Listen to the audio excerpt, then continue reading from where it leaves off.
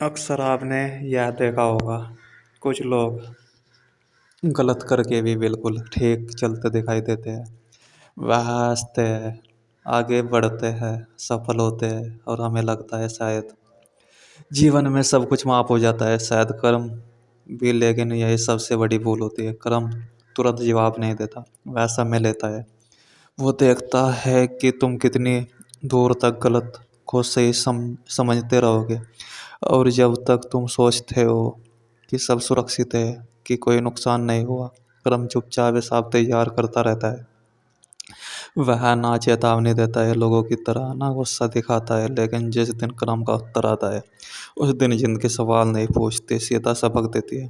और तब ना कोई तर्क काम आता है, ना कोई सफाई। क्योंकि कर्म कभी माफ नहीं करता।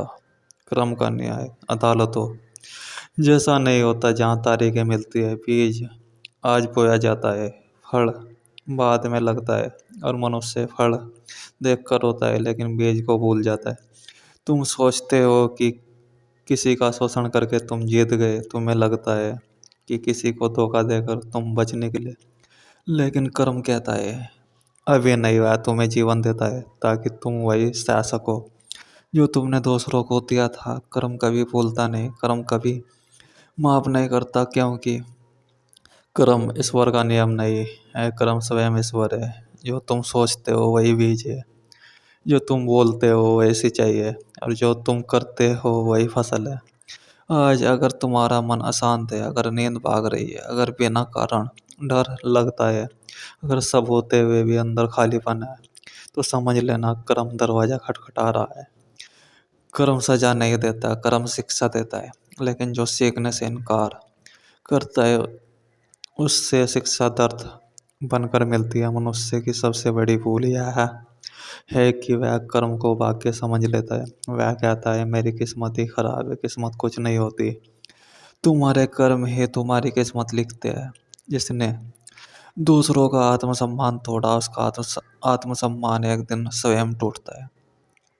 उसकी आंखें एक दिन सूखी रोती है। जिसने भरोसा तोड़ा, उसके चारों ओर लोग होते हुए भी कोई अपना नहीं रहता। यह संयोग नहीं है, यह कर्म है। कर्म भी चिल्लाता नहीं, वह फुसफुसाता है। और जो फुसफुसाहट नहीं सुनते, उन्हें कर्म चीख कर समझाता है। तुम किसी को अपमानित कर सकते हो, लेकिन कर्म को नहीं। तुम लोगों को मूर्ख बना सकते हो, लेकिन जीवन को नहीं। कर्म का हिसाब सूक्ष्म होता है। वह देखता है तुमने क्या किया, और उससे भी ज़्यादा देखता है तुमने क्यों किया। अगर तुम्हारा क्यों स्वार्थ था, अहंकार था या ईर्ष्या थी, तो समझ लो खाता खुल चुका है।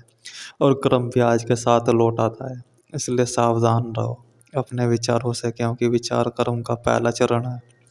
सावधान रहो अपने शब्दों से, क्योंकि शब्द कर्म का दूसरा चरण है। और सबसे ज़्यादा सावधान रहो अपने कर्मों से, क्योंकि वही अंतिम निर्णय है। या मत सोचो कि कोई देख नहीं रहा, कर्म देख रहा है। या मत सोचो कि तुम अकेले हो, कर्म तुम्हारे साथ है। और या मत सोचो कि समय निकल गया, कर्म के लिए समय कभी नहीं निकलता। कर्म कभी माफ नहीं करता, वो बस इंतजार करता है जब तक तुम समझने लायक नहीं हो जाते। और जिस दिन तुम समझ जाते हो, उस दिन दर्द की जरूरत नहीं पड़ती। लेकिन जो नहीं समझते उनके लिए कर्म का पाठ बहुत कठोर होता है। अब भी समय है, बीज बदल लो, विचार बदल लो, मार्ग बदल लो, क्योंकि जब फसल तैयार हो जाती है, तब रोने से कुछ नहीं बदलता। याद रखना, कर्म कभी माफ नहीं करता, लेकिन कर्म तुम्हें सुधरने का अवसर हमेशा देता है। कर्म अंधा नहीं है, वह सुधार को पहचानता है। वह विनम्रता को देखता है।